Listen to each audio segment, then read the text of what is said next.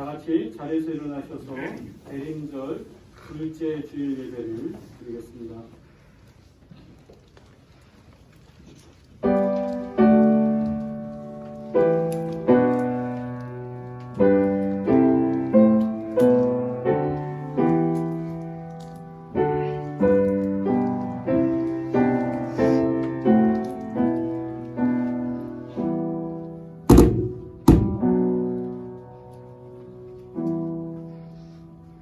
야훼여 당신 땅을 어여삐 여기시어 귀양살이 야곱을 돌아오게 하시고 당신 백성의 죄를 용서해 주시며 저희 모든 허물을 덮어주셨으니 당신의 격분을 말끔히 거두시고 타오르는 진노를 잊으셨사옵니다.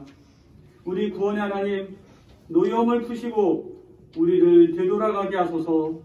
영원히 우리에게 노하시며 대대로 우리에게 노여움을 품으시렵니까? 사랑의 하나님, 당신 앞에 저희들 섰습니다.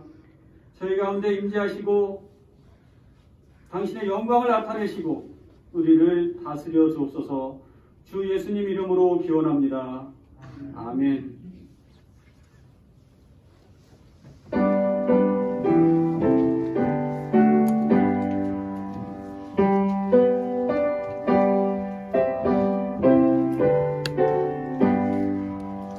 전능한 오셔서 주 이름 찬송케 하옵소서. 영광과 권능의 성부여 오셔서 우리를 다스려 주옵소서. 영생한 성자여 오셔서 기도를 들으소서.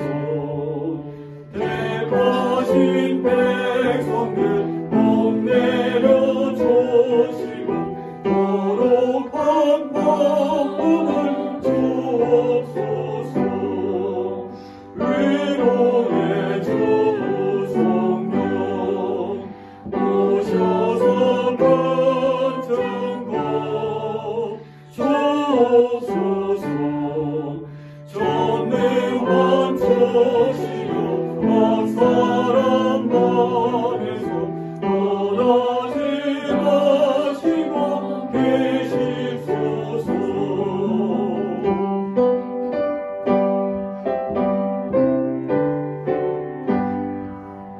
성삼위 일체께 한없는 찬송을 드립니다. 존귀한 주님을 영광 전께 얻고 영원히 모시게 하옵소서.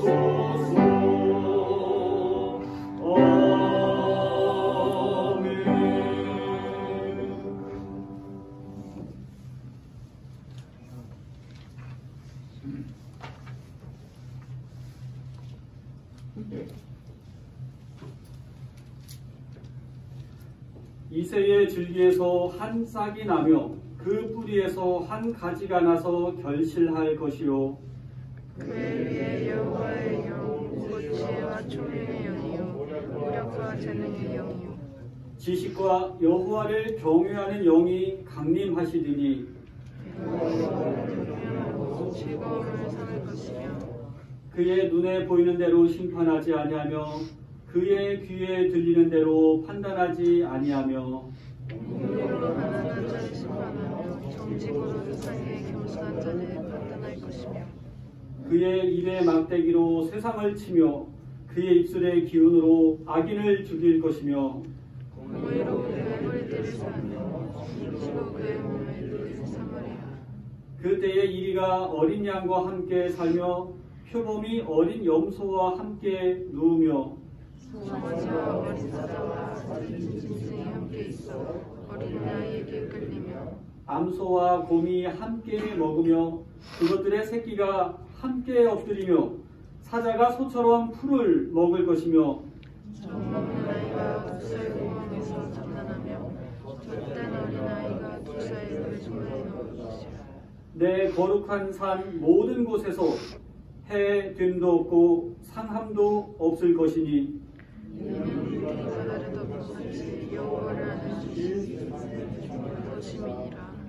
그날에 이새의 뿌리에서 한 싹이 나서 만민의 기치로 설 것이요 열강의 계획으로 하니 그가 거한 곳이 영원하리라. 아멘.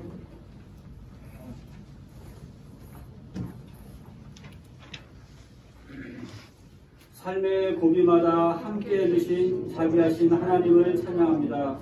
주님, 코로나 확진자가 크게 늘고 있습니다. 겨울이 가까워지면서 바이러스가 기승을 부리고 있습니다. 우리는 현관문을 닫아 걸고 창문도 잠근 채 집 안에만 머물게 되었습니다. 주님, 물리적 거리두기로 인해 서로에 대한 마음과 관계의 근도 다쳐버릴까봐 겁이 납니다. 우리의 앞길을 인도해 주십시오. 주님, 내림절기를 보내고 있습니다.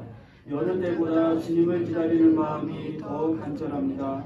평화의 왕으로 오신 주님께서 흔들리는 우리의 일상과 영혼을 붙들어 주십시오. 마음을 주님께 고정하겠습니다. 환난 중에 주님을 신뢰하겠습니다. 우리의 기도에 응답해 주십시오. 예수님의 이름으로 기도드립니다. 아멘. 만일 우리가 죄 없는 사람이라고 말한다면 우리는 죄를 범하는 것이고 진리를 저버리는 것이 됩니다. 그러나 우리의 죄를 하나님께 고백하면 진실하시고 의로우신 하나님께서는 우리의 죄를 용서하시고 우리의 모든 불의를 깨끗이 씻어주실 것입니다. 아멘. 다 같이 우리의 죄를 고백합시다.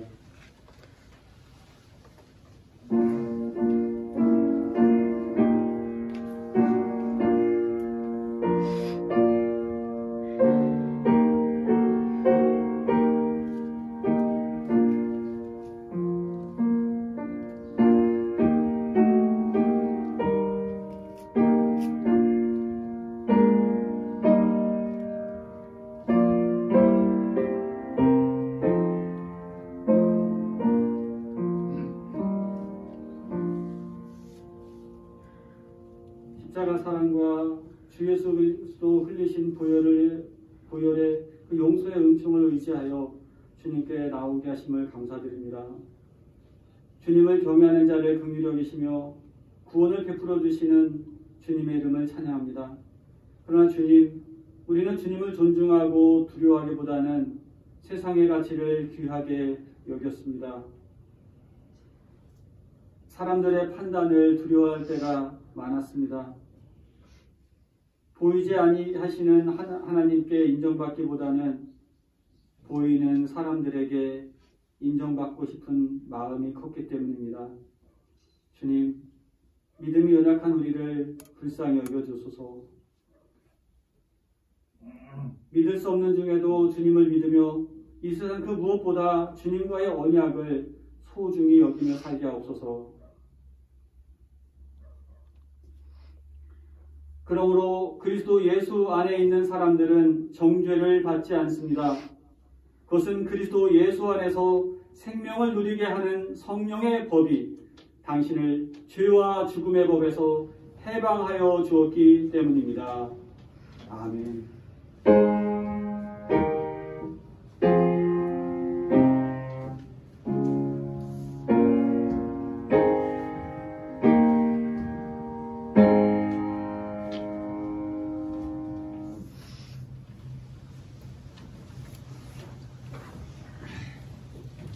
대인절 둘째 주일 우리에게 주시는 하나님 말씀은 신약 성경 마가복음 1장입니다.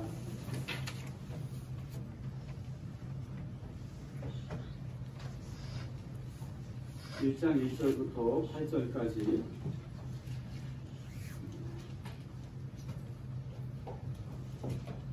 한 절씩 교독하시겠습니다. 하나님의 아들 예수 그리스도의 복음의 시작은 이러하다.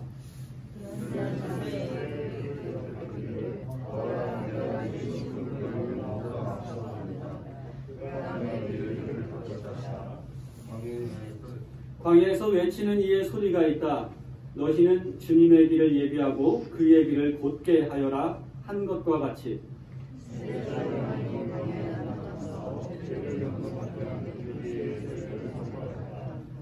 그래서 온 유대 지방 사람들과 온 예루살렘 주민들이 그에게로 나아가서 자기들의 죄를 고백하며 요단강에서 그에게 세례를 받았다.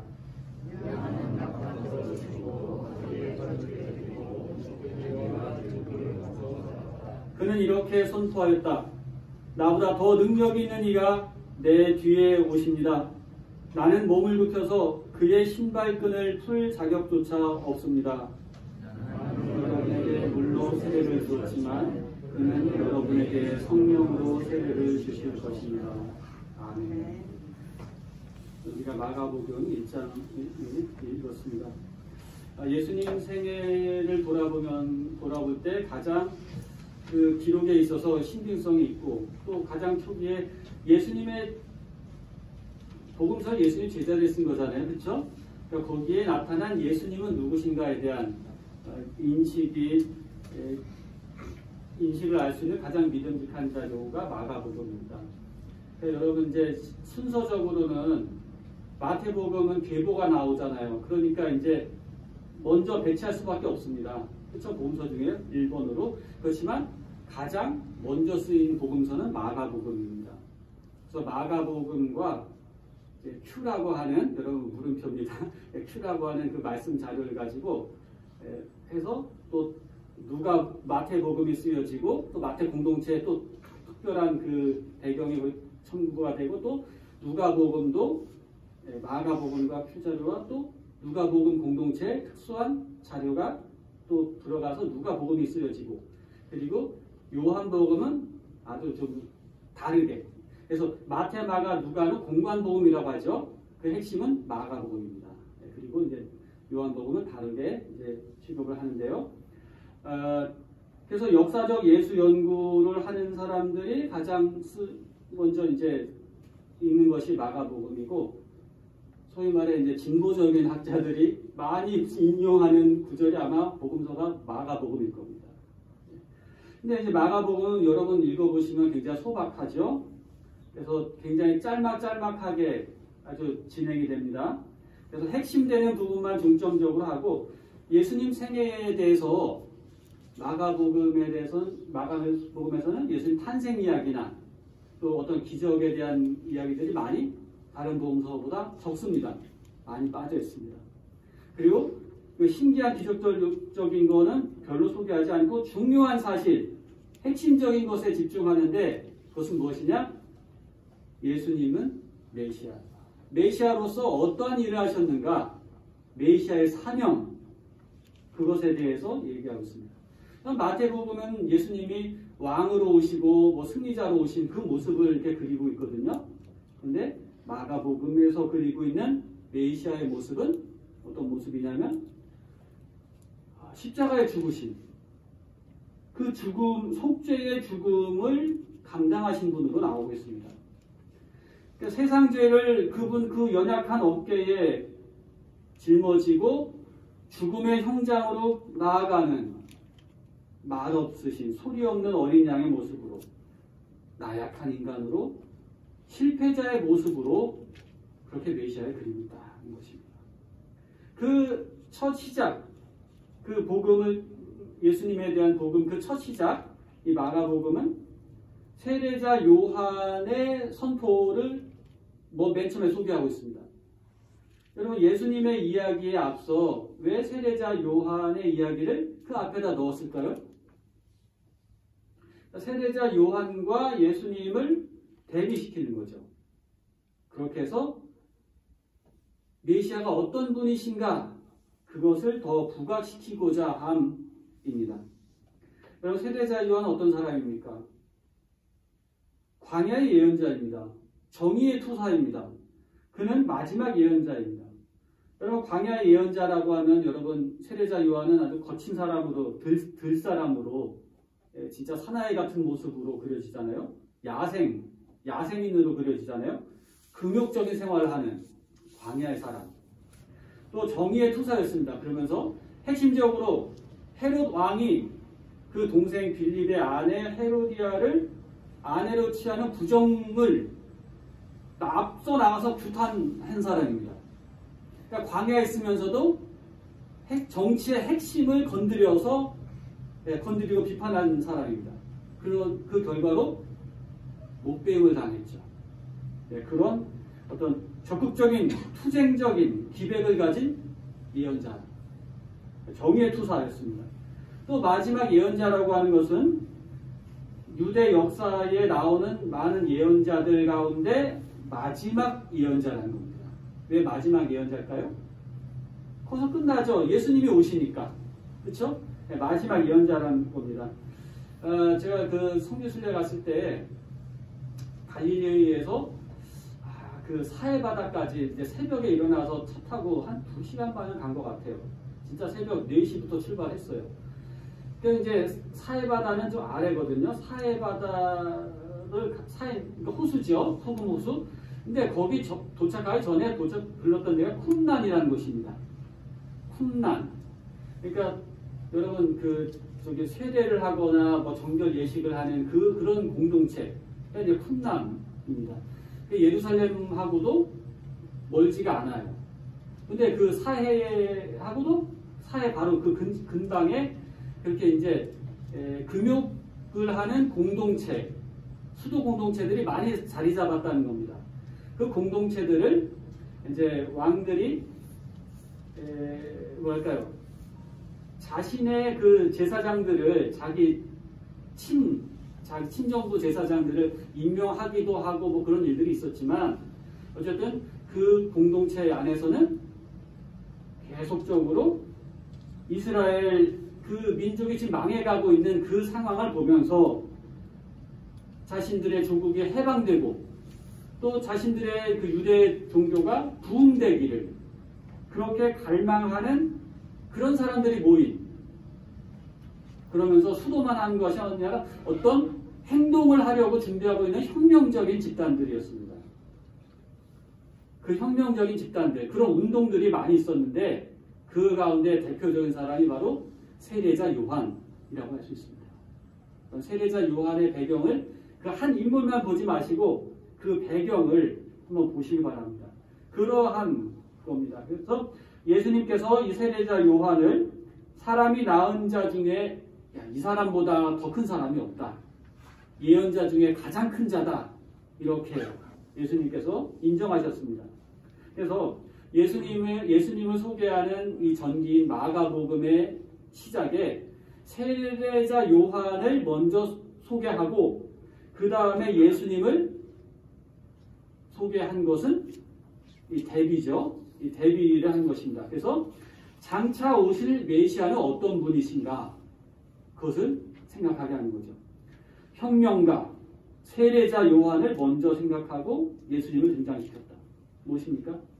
예수님은 세례 요한의 그 혁명을 그 맥락에서 같이 계승하는 분이시면서 또 세례자 요한을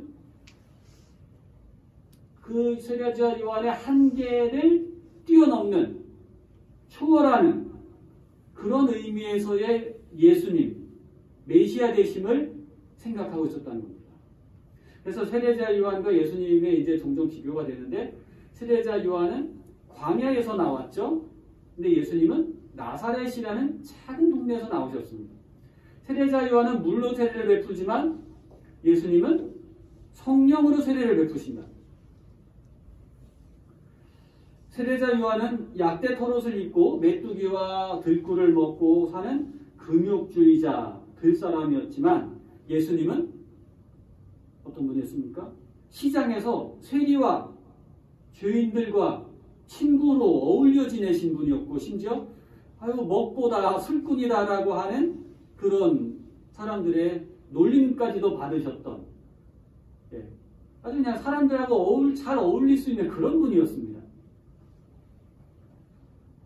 세례자 요한은 죄를 사하고 회개하는 세례를 전파했지만 예수님은 능력이 있어서 가르침 이상으로 고침을 주시는 분이었습니다. 치유를 주시는 분이었습니다. 이것이 다른 거죠. 그래서 마가복음의 저자인 이 마가가 복음서를 기록하면서 그도 역시 정치적으로나 종교적으로 혁명적인 메시아가 오기를 기다리고 있었을 겁니다. 그런데 이 혁명적인 메시아가 세례자 요한이 아니었을까 하다가 세례자 요한이 아니고 바로 저 예수라는 그 청년에게로 눈을 돌리게 된 것입니다. 집중하게 된 것이죠. 히브리 민족 비극적인 말기에 조국을 해방시키고 민족 종교의 재건과 부흥을 목표로 한 역사적인 혁명이 예수님을 통해서 진정한 의미, 참된 의미에서의 혁명으로 바뀌어졌다는 것입니다. 할렐루야! 예수님을 통해서 진정한 혁명은 어디서 오는 것이냐? 이것을 마가는 기록하고 있는 것입니다. 그 메시지를 우리에게 주고 있는 겁니다. 혁명이라는 말을 요즘은 잘 얘기 안 하죠. 그냥 좀 뭐랄까, 시민혁명이니, 촛불혁명이니, 이렇게 이제 좀 아기자기한 듯한 걸로 얘기하지만, 여러분, 프랑스 혁명, 이런 거 보면, 러시아 공산혁명, 이런 거 보면 얼마나 무섭습니까? 사회를 막 뒤집어 놓는 굉장히 많은 사람들이 죽고 대혼란이 일어나고 하는 그런 격변이죠. 특히 20세기에 보면은 혁명이라는 게 많았잖아요. 잘 되면은 혁명이고, 또 이제 잘못, 구태타고 반란도 잘 되면 혁명이었다, 이렇게 되는 거고, 예, 혁명의 시기, 20세기의 혁명의 시기였다고도 할 수 있습니다. 사람들의 마음 속에 뭔가 그 변화, 획기적인, 과감한 개혁이 있어야 된다 하는 그 기대가 사람들 마음에 공통적으로 있죠. 그렇죠? 그것이 혁명이 일어나는 발단일 겁니다. 근데 이 혁명이라는 게 자꾸 반복이 돼요. 왜 그럴까요? 그것은 참으로 꼭 있어야 될 진정한 의미에서의 혁명은 일어나지 않았다. 그 혁명이 일어났다 하더라도 어떤 생명의 힘이 지속되질 못해요. 자라나지 못해요. 그래서 거기에 또 말소되고 또 다른 혁명이 일어나야 되는 그런, 이게 선순환인지 악순환인지 그런 형태였다. 그래서 자꾸 말로만 혁명이라는 얘기를 많이 했죠. 과거에 일어났던, 그리고 역사적으로 무수 있었던 이런 혁명, 그 혁명 의욕, 이것은 여기에는 예언자적인 요소가 있습니다. 성경에서도 누누이 얘기하고 있는, 암시하고 있는 예언자적인 요소가 있습니다. 다른 말로 하면 거기에는 세례자 요한적인 요소가 있다고 할 수 있는 겁니다.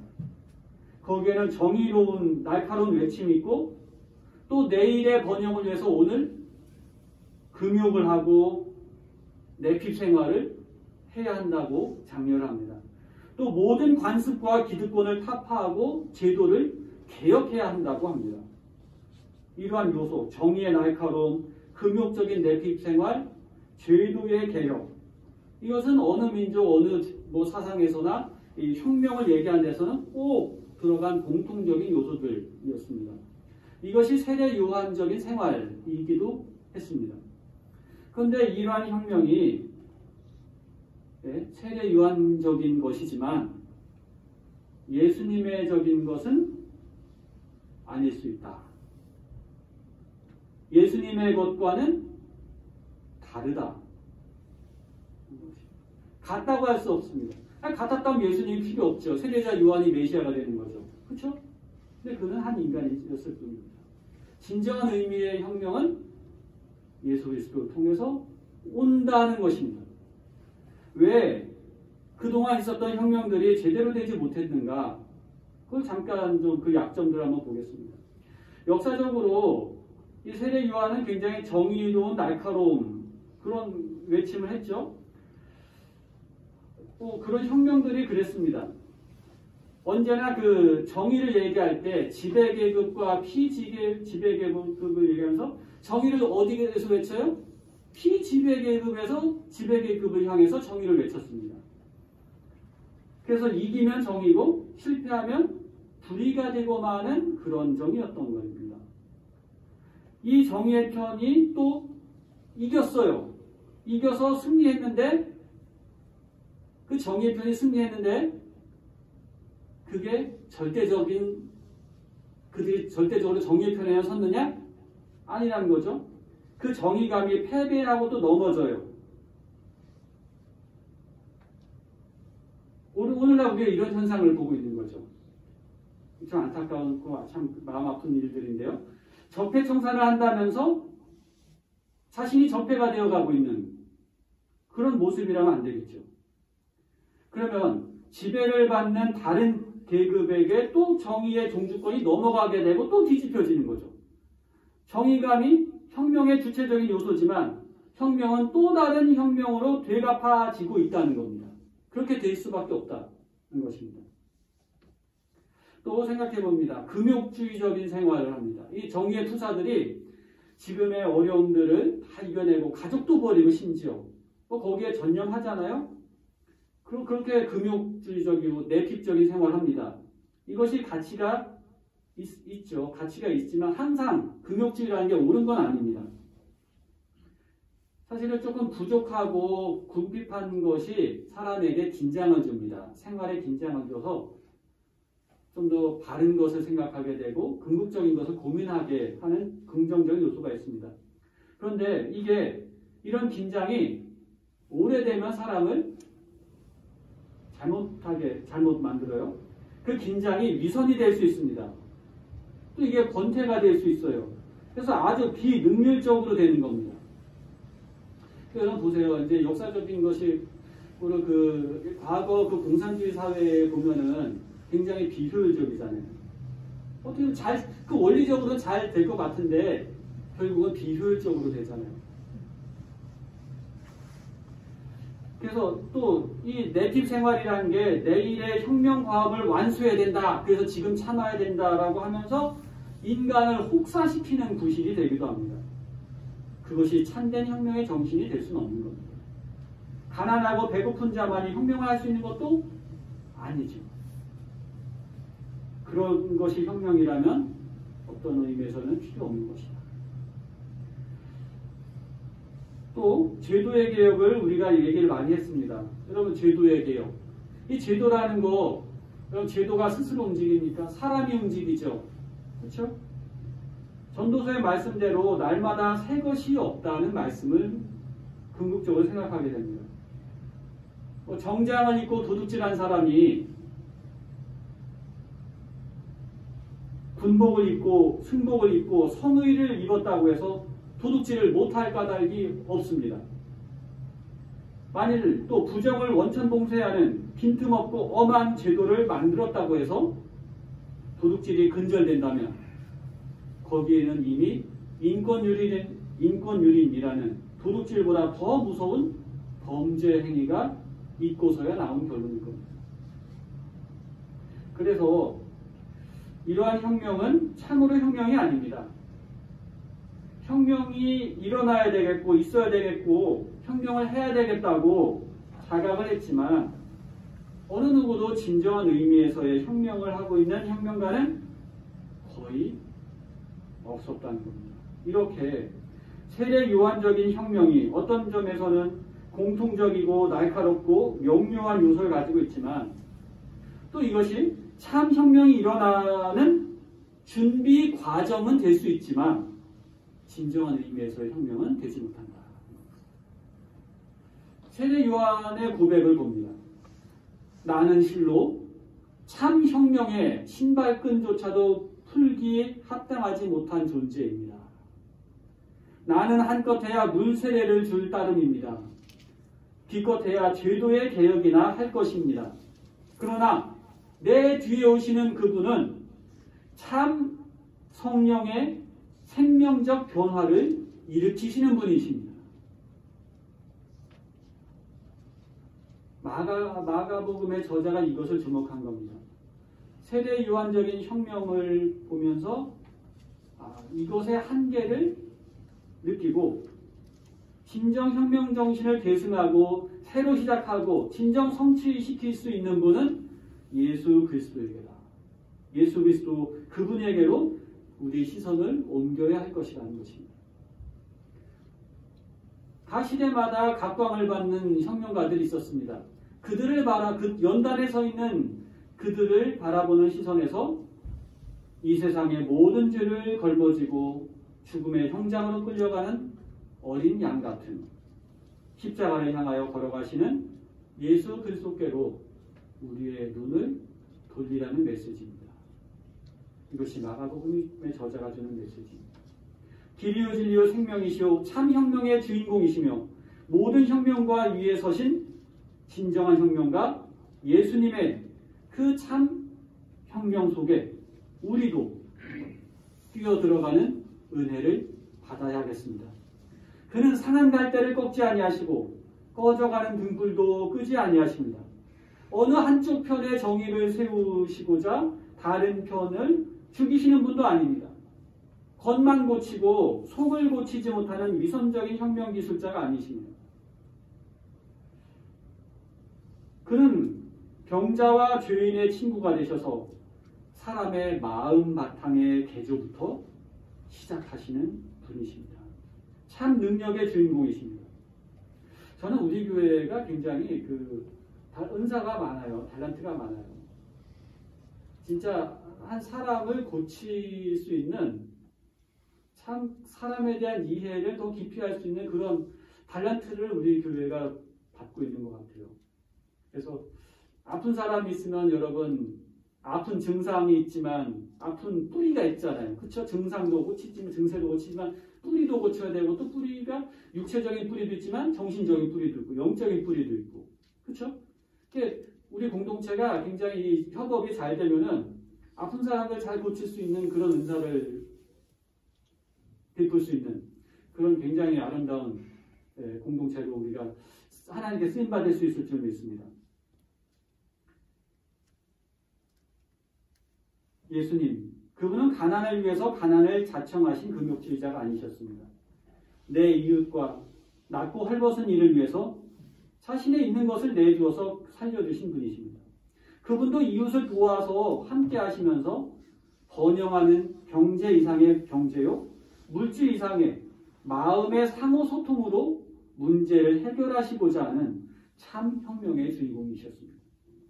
이 새로운 혁명가는 남을 쳐누르고 쳐내고 죽이고 몰아내고 자기가 그 자리를 빼앗아 앉아 배부와 경륜을 베푸는 그런 서투른 혁명가의 방법을 쓰지 않으셨습니다.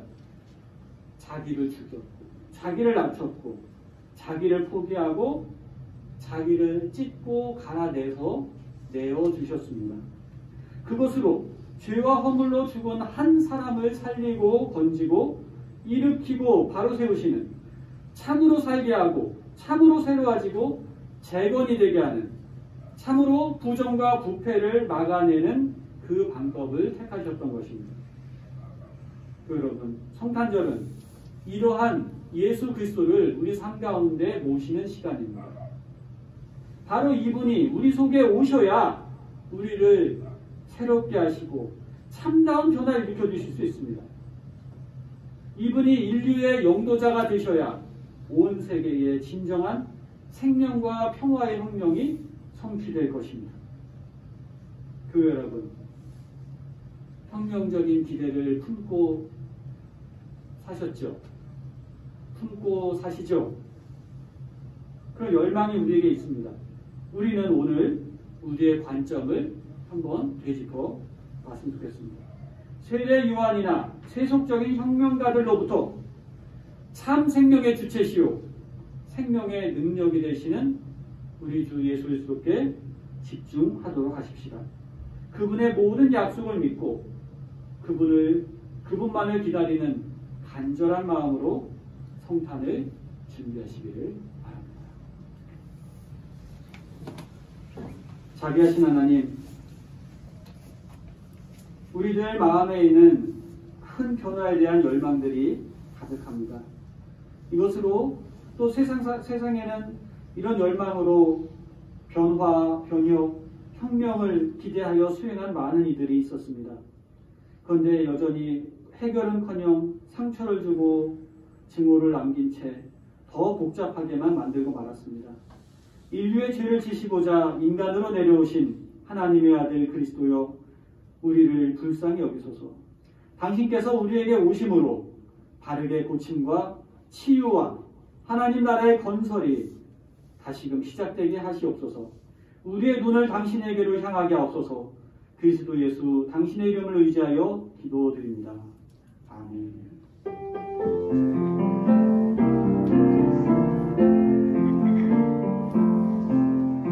이 말씀 따라 사는 동안 지치지 않게 하시고, 이 말씀 따라 사는 동안 주님 나 이루소서.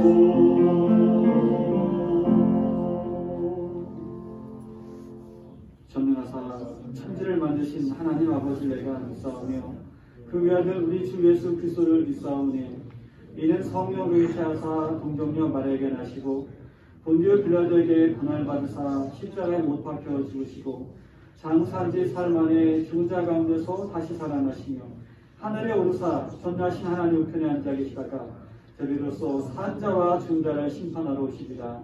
성령을 믿사오며 거룩한 공회와 성도와 서로 교한 것과 죄를 사해 주신 것과 몸이 다시 산 것과 영원히 산 것을 믿사옵나이다. 아멘.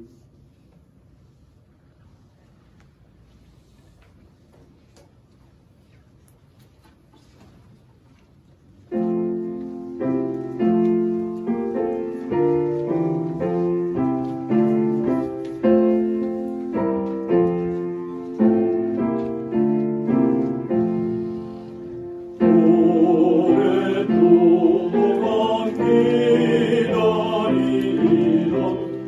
주님 강림하셔서 그의 배인 백성들을 자유롭게 하시는 저는 우리 소망이요 힘과리로 되시니 오래 기다리던 백성 많은 복을 받겠네.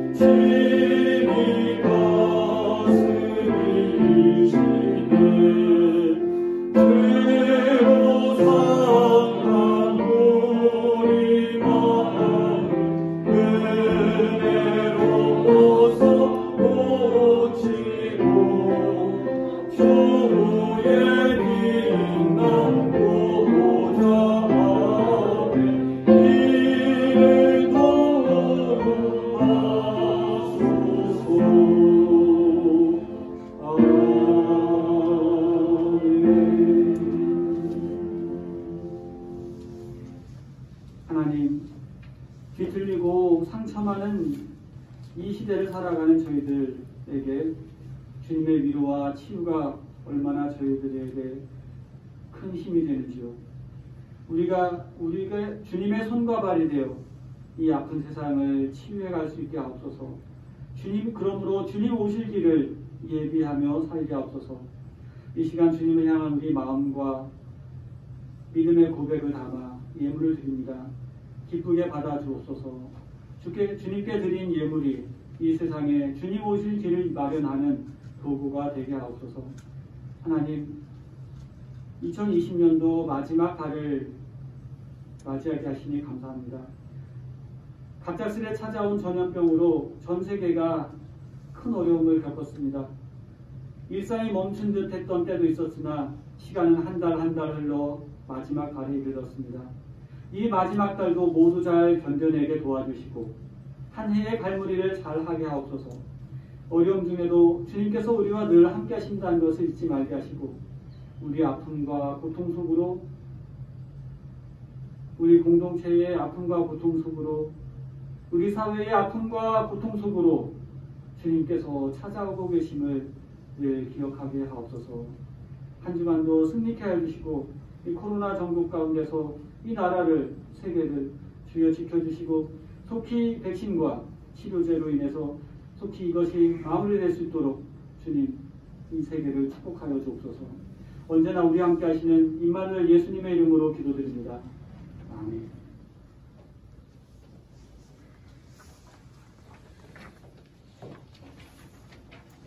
공동체 소식 전합니다. 예배 함께 하신 여러분 환영합니다. 이번 주부터 잠깐만요. 예, 제가 조금 잘못했습니다. 대림절 둘째 주간에 보내고 있고 그래서 코로나로 인해서 어떻게 될지는 모르지만 어쨌든 12월 25일 우리가 성탄 감사 예배 11시 그리고 12월 31일 밤 11시 송구 영신 예배가 계획되어 있으니까 이때도 꼭 지킬 수 있기를 바랍니다. 황 여사님 남편 이학원님의 그 수술이 성공적으로 마쳐졌습니다. 지난 월요일날 수술했고 바로 걸었습니다. 바로 걷고 그렇게 하면서 이제 치료를 하는데 걸으면서 이게 그 식도암 수술이라는 게 부위는 여기지만 여기 잘라내지만 이 잘라낸 부위를 이쪽 소장이나 이런 거 잘라가고 여기 짧고 여기서 다시 띄어갖고 여기다 붙입니다. 그러니까 수술이 거의 뭐 온 몸을 여기 상체를 다 드러내는 건데 굉장히 성공적으로 그 수술하고 나서 다음날 바로 걸었어요. 걷고 근데 아직 식사를 못 하셔서 몸에 힘든 거죠. 그래서 내일은 어떻게 여부를 봐서 식사를 하실 수 있는지 제가 아까 잠깐 여쭤봤습니다. 감기가 나오시는지. 근데 잘 모르시겠대요. 아직은. 그래서 뭐 급성폐렴이나 위험한 고비들은 참 잘 넘겼습니다. 참 정말 기도하신 분들이 많고 하나님이 많이 사랑하시고 하신 것 같습니다. 그래서 퇴원 아마 이번 주에 퇴원을 하실 예정이 되고 퇴원한 다음에는 그 강남 세브란스로 매일 월화수목금 일주일에 5번 이렇게 왔다 갔다 하면서 이제 방사선 치료를 받으셔야 된대요. 방사선 치료는 5분 10분인데 오가는 시간, 대기하는 시간이 이제 이렇게 하루를 잡아먹게 되겠죠. 그 치료를 매일 오가야 하는 과정을 순조롭게 해내실 수 있도록 지금 겨울이잖아요. 그래서 기도해 주시기를 바랍니다. 계속적으로 좌석 한 칸씩 띄워주시고 감염 예방 수칙을 지켜주시기 바랍니다. 지금 보니까 공무원들도 힘든 것 같아요. 지쳐있는 것 같아요. 주일날도 다녀야 되면. 그래서 우리가 불편한 소리는 하지 말고 이왕이면 좋은 얘기를 하고 조금씩 더 참고 기다려서 이 인내 시간을 뭐 사실 이제 1년 돼가는 거잖아요. 그렇죠? 우리 생에 이런 것이 없었잖아요. 이것도 큰 경건의 유익이 될 줄 믿습니다. 우리 다 같이 저기 이경무 집사님 오랜만에 이제 그렇게 어려운 일 잘 마치시고 오셨습니다. 또 재현이 이렇게 왔고요. 우리 다 같이 자리에서 일어나셔서 인사 나누겠습니다. 여러분 사랑합니다. 존경합니다. 축복합니다. 존경합니다. 사랑합니다.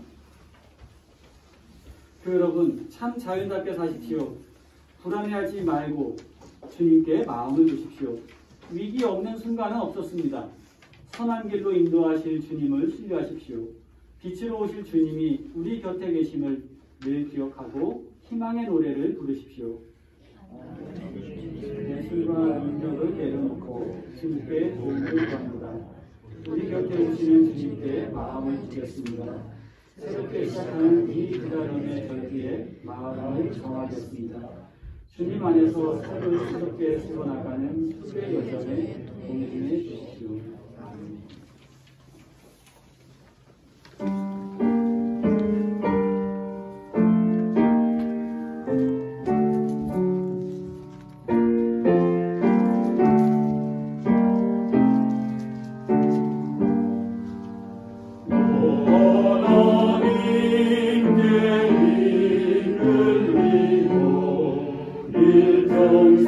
주만 바라며 어려울 때 힘주시고 언제나 지켜주시니 좁으신 사랑 믿는 자 그 반석 위에 서리라 너 설레는 난 가는 곳 이방중 기다리면서 그 은혜로우신 주의 뜻과 사랑의 만족하여라 우리를 불러주신 주 다음에 소원하신다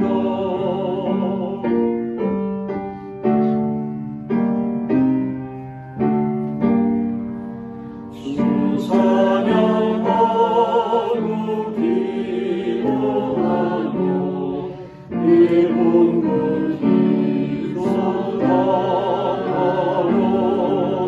주 약속하신 모든 은혜 내게서 이루어지리라 참되고 무지하는 자 주께서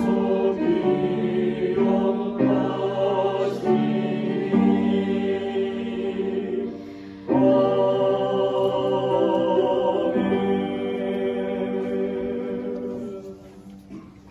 인류에게 참 생명, 참 혁명의 길을 보여주신 우리 구주 예수 그리스도의 은혜와 광야의 고속도로를 만드는 자로 우리를 불러주시는 하나님 아버지의 사랑하심과 말씀과 경건한 삶으로 주님의 길을 열어가게 하시는 성령님의 역사 인도하심이 그리스도 오심을 간절히 기다리며 또 오늘의 세상으로 나아가는 사랑하시는 자녀들 백성교회 위에 교들의 가정 삶의 터전이 되는 우리 지역 위에 언제나 함께하기를 간절히 축원하옵나이다.